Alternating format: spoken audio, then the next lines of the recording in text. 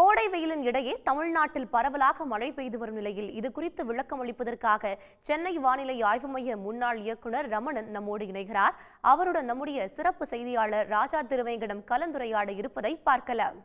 நன்றி ரேஸ்மா. கோடை வெயில் ஒரு பக்கம் வெளுத்து வாங்கிட்டு இருந்த சூழல்ல கோடை மழை அப்படிங்கிறது ஆரஞ்சு அலர்ட் விடுக்கிற அளவுக்கு போயிருக்குது. அடுத்த 5 நாட்களுக்கு தீவிர கனமழை இருக்கும் அப்படின்னு சொல்லி வானிலை ஆய்வு மையம் எச்சரித்திருக்குது. இந்த சூழலில் தான் ரமணன், அதாவது சென்னை வானிலை ஆய்வு மையத்தோட முன்னாள் இயக்குனர் ரமணன் நம்ம கூட இணைஞ்சிருக்காரு. வணக்கம் சார்.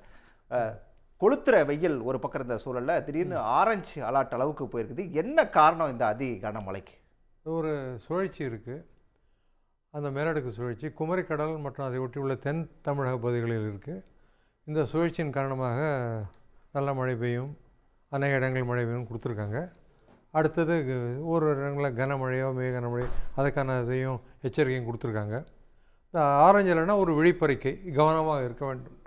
ஸோ அதனால் ரெட்டுனா நடவடிக்கை எடுக்க வேண்டும் என்று.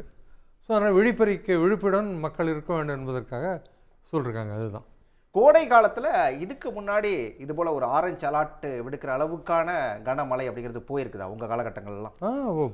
அதாவது என்னுடைய காலகட்டங்களில் இந்த அலர்ட்டுங்கிற சொல் பயன்படுத்தப்பட்டதில்லை. பொதுவாக கனமழை வரும், மிக கனமழை அந்த மாதிரி தான் கொடுப்போம். அந்த காலங்களில் புயலே வந்திருக்கு தமிழக அருகில். லைலான்னு ஒரு புயல் நான் சர்வீஸில் இருந்தபோது கூட வந்தது, சென்னை அருகேலாம் கூட. இது மாதிரி புயல்கள்லாம் வருவது உண்டு. அதுதான். ஆனால் பொதுவாக இங்கே கடற்கரை சிலது திசை மாறி அப்படி மயன்மார் அந்த பகுதிக்கு சென்று விடும். ஸோ அந்த மாதிரி நிகழ்வுகள்லாம் நடந்தது உண்டு. தமிழ்நாட்டை பொறுத்த வரைக்கும் இப்போ இந்த தீவிர கனமழை அப்படிங்கிறது இன்னும் எத்தனை நாட்களுக்கு நீடிக்கிறதுக்கான வாய்ப்புகள் இருக்குது? இப்போ பொதுவாக இந்த முன்னறிவிப்பு 5 நாட்களுக்கு தான் கொடுப்பாங்க. ஸோ அந்த அளவில் பார்க்கும்பொழுது ஒரு 5 நாட்களுக்கு கொடுத்துருக்காங்க. அநேக இடங்கள் மழை, ஒரு இடங்களில் கனமழை, மிக கனமழை எல்லாம் கொடுத்துருக்காங்க. ஸோ அந்த அளவில் கண்டிப்பாக எதிர்பார்க்கலாம் அவங்க கொடுத்த அளவில். மாவட்டங்கள் அப்படின்னு சொல்லி நம்ம எடுத்துக்கிட்டோம் அப்படின்னு சொல்லி சொன்னால் தமிழ்நாட்டை பொறுத்த வரைக்கும் எந்தெந்த மாவட்டங்களில் ரொம்ப அதிக அளவு மழையை நம்ம எதிர்பார்க்கலாம்? அதை இந்த மாவட்டங்கள் பார்த்தா டெல்டா மாவட்டங்கள்லாம் கூட நேற்றுக்கு தஞ்சையில் நல்ல மழை பெஞ்சு கேள்விப்பட்டோம். அடுத்து இந்த டெல்டா மாவட்டங்கள், அப்புறம் தென் மாவட்டங்கள், அதுக்கப்புறம் மேற்கு தொடர்ச்சி மலையை ஒட்டி உள்ள மாவட்டங்கள், தேனி மாவட்டம், ஈரோடு அதெல்லாம் கொடுத்துருக்காங்க அந்த அட்டவணைப்படி. ஸோ இந்த மாதிரி மாவட்டங்கள்லாம் எதிர்பார்க்கலாம் நம்ம. சரி சார், இப்போ இந்த கோடை மழை அப்படிங்கிறது பெய்ய தொடங்கியிருக்கிற நேரத்தில் இந்த கோடை மழையால் பருவமழைக்கு ஏதாவது பாதிப்பு வரதுக்கான வாய்ப்புகள் இருக்கா? இதுக்கும் எந்த ஒரு சம்மந்தமும் கிடையாது, தொடர்பும் கிடையாது. அதாவது எப்படின்னாக்கா இப்போ இந்த டைமில் பொதுவாக எந்த ஒரு நிகழ்வும் இல்லாட்டா வெப்பச்சலனத்தின் மூலம் ஒரு இடியுடன் கூடிய மழை வரும். அது ஒரு சில மணி, 1 மணி 2 மணி நேரம் இருக்கும். அதுக்காக ஒரு இல்லாத போயிடும். இது அப்படி இல்லை, ஒரு நிகழ்வின் மூலம் வருகிறது, ஒரு மேலடுக்கு சுழற்சியின் மூலம். அதனால தான் ஒரு 5 நாட்கள் தொடர்ந்து நம்ம தொடர் மழையாக பார்க்க முடிகிறது. ஆனால் எதுக்கும் எந்த ஒரு சம்மந்தமும் இல்லை.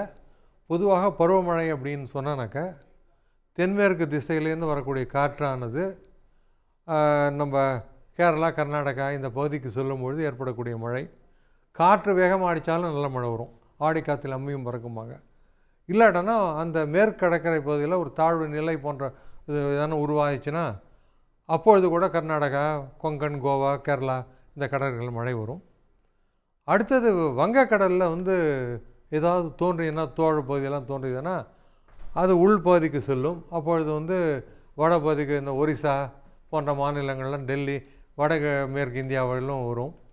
சில நேரங்களிலே அது வடகிழக்கு மாநிலங்களும் செல்லும். ஸோ அது அந்த நிகழ்வெல்லாம் உருவான பிறகு அப்போது தென்மேற்கு பருவமழை தொடங்கிய பிறகு இதெல்லாம் எதிர்பார்க்கலாம். அது சராசரி நாள் என்பது 1 ஜூன். ஆனால் எப்பொழுது தொடங்கும் என்பது வானிலை மையம் அறிவிப்பதற்காக நாம் காத்திருப்போம். ரைட். இப்போ நம்ம சென்னையை பொறுத்த வரைக்கும் நம்ம எடுத்துக்கிட்டோம் அப்படின்னு சொல்லி சொன்னால் அடுத்த 5 நாட்களுக்கு எப்படி இருக்கும்? இங்கேயும் நம்ம சென்னையிலையும் பார்த்தோமோ ஒரு சில இடங்களில் விட்டு மழை வரும். ஆமாம், இப்போ ஆரம்பிச்சிருக்குது. ஆமாம். இப்போ அடுத்த 5 நாட்கள் சென்னைக்கு எப்படி இருக்கும்? சென்னைக்கும் இதே மாதிரி மழை இருக்க வாய்ப்பு உண்டு. பட் இந்த கனமழை இப்படியெல்லாம் கொடுத்ததெல்லாம் சென்னை கொடுத்த மாதிரி தெரியல. அவங்கெல்லாம் ஏதோ மற்ற மாவட்டங்களில் தான் அந்த அட்டவணையில் பார்த்தேன். பட் மழை இருக்கும் என்பது தெரிகிறது. அதுதான். அதே போல் இந்த தென்மேற்கு பருவமழையை பொறுத்த வரைக்கும் இந்த ஆண்டு நாம் எப்படி எதிர்பார்க்கலாம், எப்படி இருக்கும்? கண்டிப்பாக நன்றாக இருக்கும். அதற்கான காரணிகளும் வானிலை மையம் அறிவித்துள்ளது. இந்த வருடம் இயல்பை காட்டிலும் கொஞ்சம் அதிகமாக இருக்கும் அப்படின்ட்டு. ஏதாவது காரணம் இருக்கா சார்? அது இயல்பை காட்டிலும் தென்மேற்கு பருவமழை அதிகமாக இருக்கிறதுக்கு ஏதாவது காரணம் இருக்கு. அதாவது இப்போ ஒரு சின்ன உட்கோட்டம்னு வச்சுக்கோங்க, தமிழ்நாடு, புதுச்சேரி உட்கோட்டம், இல்லை ராயல்சீமா உட்கோட்டம், இந்த மாதிரி உட்கோட்டங்களுக்கெல்லாம் இயல்பை காட்டிலும் அதிக மழைனாக்க +or-19. இந்த இயல்பு மழை காட்டிலும் 19 விழுக்காடு வெள்ளம் அதிகமாக இருந்ததுன்னா அது இயல்புன்னு அர்த்தம். 20க்கு மேலே போச்சுன்னா இயல்பை காட்டிலும் அதிகம் அர்த்தம். பட் இந்தியா என்கிற மொத்த நாட்டுக்கும் பார்க்கும்பொழுது அது வந்து 6% கூட இருக்குன்னு சொல்லியிருக்காங்க. ஸோ அது வந்து அதிகமான மழை இந்தியா நாட்டுக்கு பொறுத்தவரையிலும். அது காரணம் என்ன சொல்கிறாங்கன்னாக்கா, ஒன்று வந்து லா நினா என்று சொல்லக்கூடியது. பசிபிக் பெருங்கடல் பகுதியில் அந்த நீரோட்டம் ஒன்று இருக்குது, பெருவிய நீரோட்டம்னு சொல்லுவாங்க, தென்துருவத்தில் வரும். அது இயல்பை காட்டிலும் வந்து அதிகமான குளிரோடு இருக்கும்னு சொல்கிறாங்க. அந்த வருடங்களெல்லாம் பொதுவாக வறட்சி வந்ததில்லை. ஸோ அந்த வறட்சி இல்லாத காரணத்தால் அது ஒரு காரணி. அடுத்த காரணம் என்ன அப்படின்னு பார்த்தீங்கன்னா, இந்தியன் ஓஷன் டைபோல்னு சொல்லுவாங்க. அதாவது இந்த மலை பகுதிகள், தென்சீன கடல் பகுதிகளெலாம் குளிர்வாக இருப்பது. ஸோ அந்த காலகட்டங்களில் ஏதாவது நிகழ்வு வந்து நமக்கு பகுதியில் வரும். அது வெப்பமடைந்திருந்தால் அது வெப்பமடைஞ்சு தென்சீன கடல்லையே வெப்பமடைஞ்சு அங்கே தைவான், ஜப்பான், சைனான்னு போய்டும், நம்ம பகுதிக்கு வராது. ரைட். ஸோ அதுவும் நல்லா இருக்குது. அடுத்தது பரப்பளவு வந்து பனிப்படலத்தினுடைய பரப்பளவு வந்து குறைவாக இருக்குது. பரப்பளவு குறைவாக இருந்ததுன்னா கண்டிப்பாக வெப்பம் கொஞ்சம் அதிகமாக இருக்கும். அந்த வெப்பத்தை கிரகித்து கொள்ளும் பூமி. ஸோ அந்த காரணத்தின் காரணமாக அது ஒரு சக்தியை கொடுக்கும் இந்த பருவமழைக்கான நிகழ்வுகளுக்குன்னு சொல்லி இந்த 3 காரணங்கள்னால நல்லா இருக்குன்னு எதிர்பார்க்குறேன். சரி, அடுத்த 5 நாட்களுக்கு தமிழ்நாட்டோட வானிலையை சொல்லுங்களேன். வானிலைனா நான் வந்து தான் வந்து 5 நாளுக்கு மழையை கொடுத்துருக்காங்க. ஒரு இடங்களில் கனமழை, மிக கனமழை எல்லாமே கொடுத்துருக்காங்க. அந்த அளவு நல்லா இருக்குன்னு எதிர்பார்க்கலாம். சார் கடைசியா ஒரே ஒரு கேள்வி சார். அதாவது வந்து நீங்க வானிலை ஆய்வு மைய மறந்து போயிட்டேன். இல்ல அந்த சமயங்கள்லயே நீங்க மழை வரும்னு சொல்லுவீங்க, வராதுன்னு சொல்லுவீங்க, வரும். அதெல்லாம் ரொம்ப ரேரா இருந்துச்சு. ஆனா இப்போ இந்த சமீப நாட்கள்ல நாம வந்து இந்த வானிலையை வந்து துல்லியமா கணிக்கவே முடியல. அதுக்கு என்ன காரணம்? துல்லியமாக கணிச்சிருக்கோமே சார். வர 4 மாதத்துக்கு ஜூன், ஜூலை, ஆகஸ்ட், செப்டம்பருக்கு நல்ல மழை இருக்குன்னு சொல்லியிருக்கேனே. காவேரி நல்லா ஓடுன்னு சொல்லியிருக்கேனே. இதோட உங்களுக்கு என்ன வேணும்?